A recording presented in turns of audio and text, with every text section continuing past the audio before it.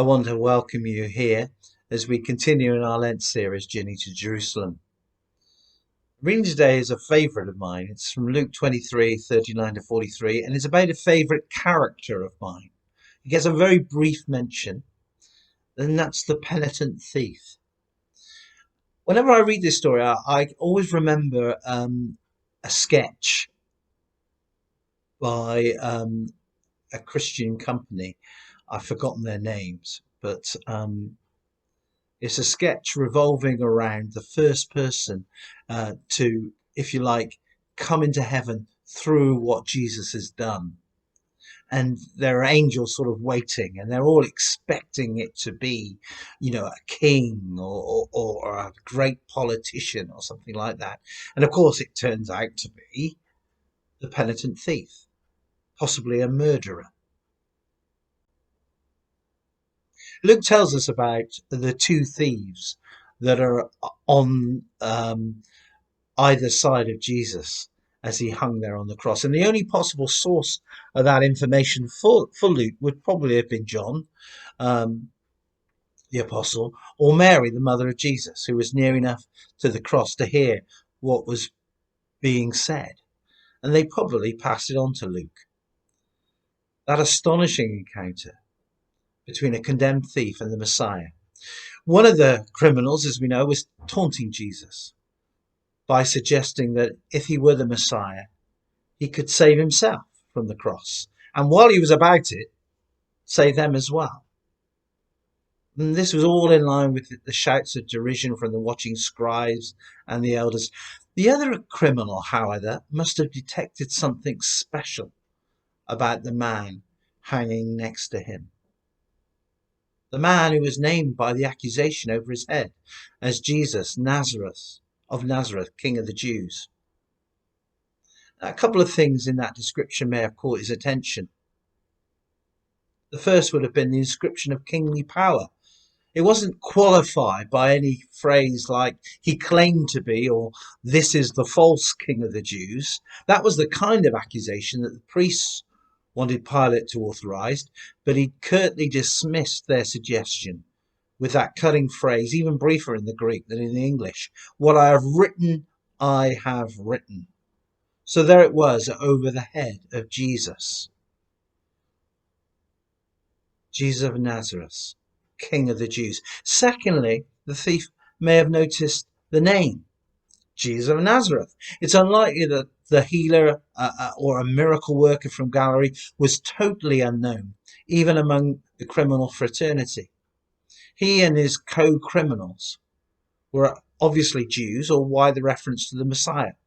And therefore, maybe they'd known that the name Jesus, Yeshua in Hebrew, meant saviour or deliverer. Whatever the reason, the man saw things very different from the taunting one on the other side of Jesus. He rebuked his scornful words. Have you no fear of God, since you're under the same sentence of death as him? Here's the difference. We've been condemned according to the law, but this man has done nothing wrong. And then he addresses the figure on the central cross, Jesus. Remember me. Remember me when you come into your kingdom. It's an incredible request.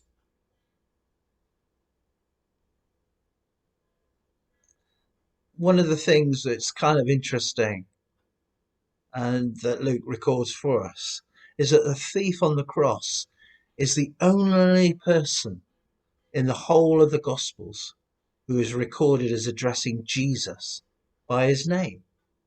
For all the others, it's master, teacher, rabbi. For the thief on the cross, it's Jesus. It's the name he would have been called by his father and mother in Nazareth, or by the children he played with in the street.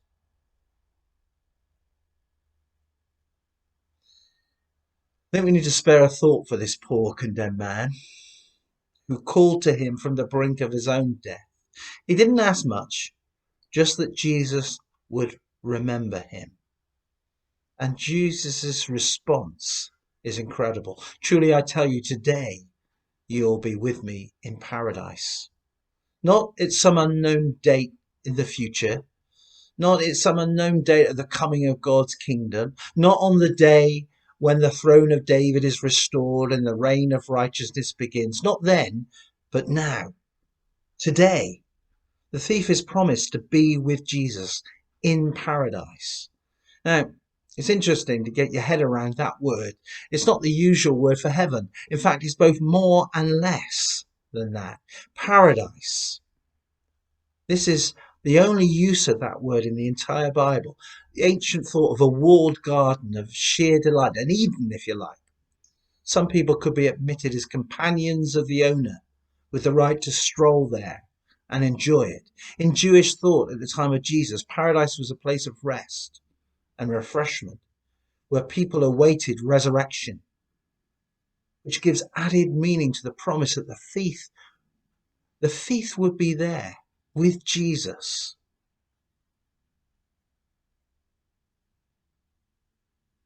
He would go from his hideous death on the cross to a garden of delight, and that Jesus himself would be there. And beyond that lay the wonderful hope of the resurrection, which he could confidently anticipate in the light of his total acceptance by the Saviour. Luke has a special place in his Gospels for those who are on the edge, for those who are despised in the culture of his time. Those people include Samaritans, Gentiles, slaves, lepers, and yes, women. It's somehow doubly fitting that the last two people in his gospel who found signs of hope and goodness, even in Jesus' death, was this miserable criminal and the Gentile Roman officer in charge of the squad executing him.